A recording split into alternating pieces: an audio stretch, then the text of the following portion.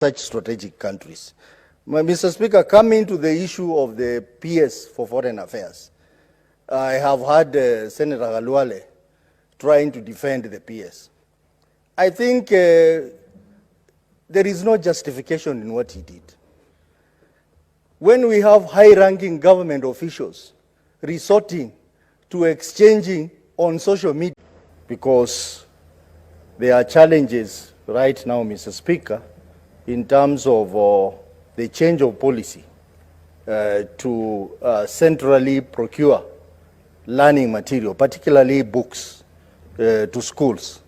I have received complaints from head teachers in my county that some schools have had to receive books which they don't really need.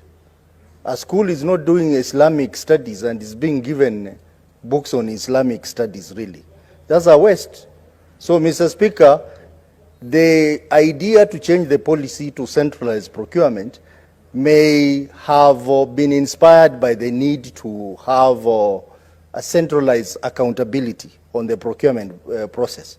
But that, in a way, it's going to create more problems than the system that was there before.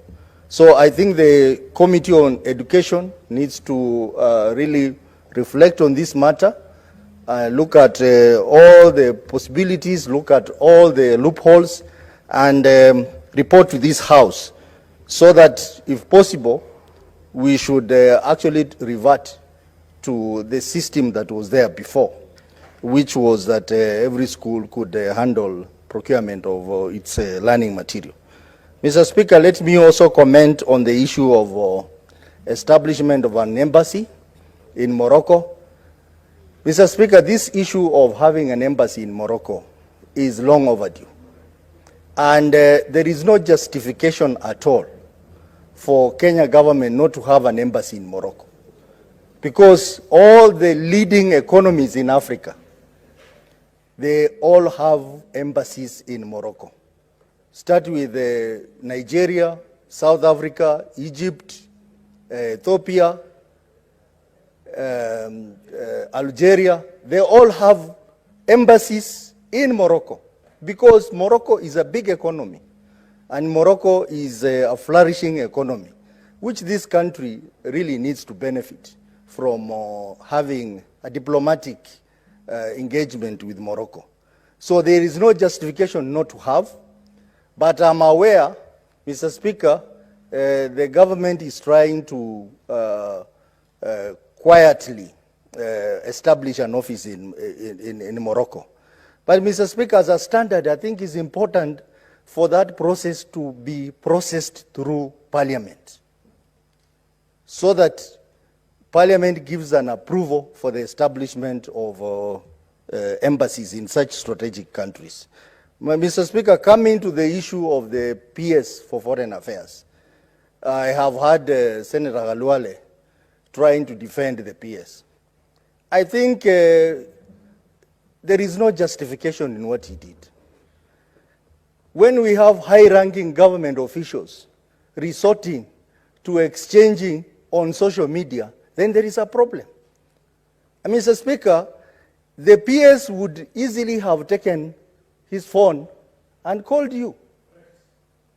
Instead of now going to respond to you on social media. That is unacceptable, and we are seeing this trend emerge in this current government. We have seen the behavior of the CS Moses Kuria on social media and others. I mean, there should be a better way of communicating within government. So there is no justification in what the PS did. And, Mr. Speaker, Parliament plays a big role in foreign policy implementation. After all the treaties that we engage in as a country are ratified by this House. So when the PS gives an impression that the Parliament and Senate has no role in engaging on diplomatic mission, Mr. Speaker, that is misconduct. And if it was another country, that PS would be at home by now, Mr. Speaker. He will be at home. I'm telling you.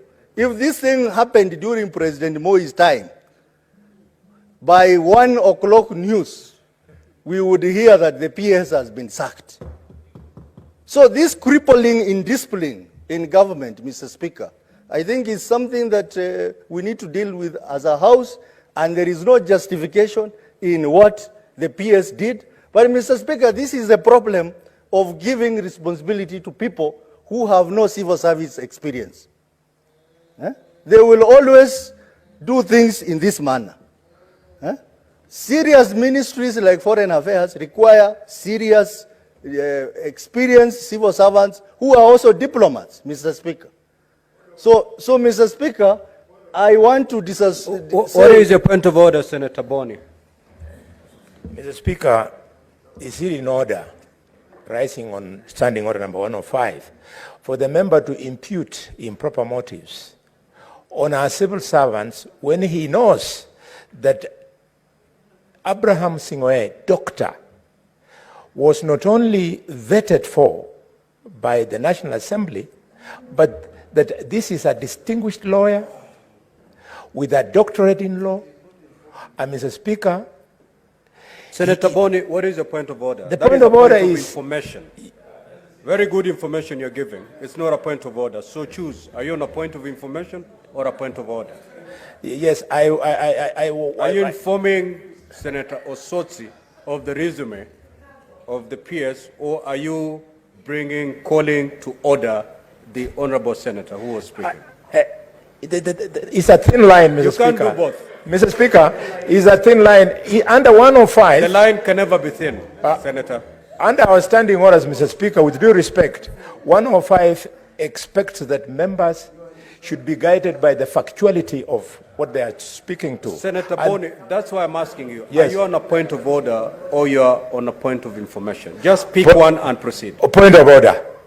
Okay. What Yes. is this that is out of order? He's misleading the House that Dr. Abraham Singoe is not competent enough to be our principal secretary, when in fact the education Ibrahim has, the district senator from Iga can only dream about it. He doesn't even have 20% of that. We need to appreciate the quality of professionalism in our government of Kenya Kwanza, Mr. Speaker.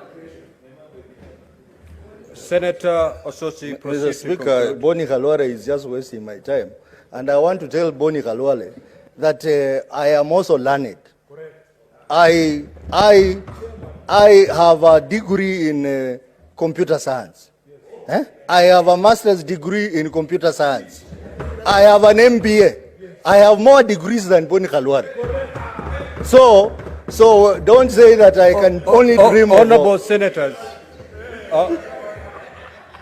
Honorable senators, at this rate, I may require every one of you.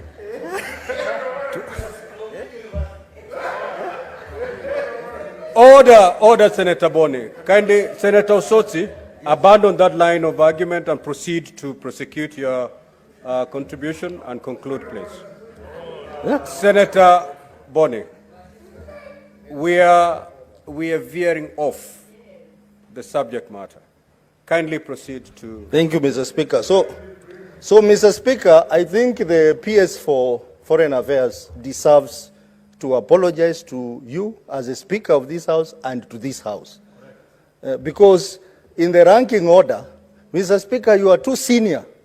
In fact, I would have forgiven the Ministry of Foreign Affairs if maybe that statement was written by Prime Cabinet Secretary and the CS for Foreign Affairs. That is your level, Mr. Speaker, but not a junior officer.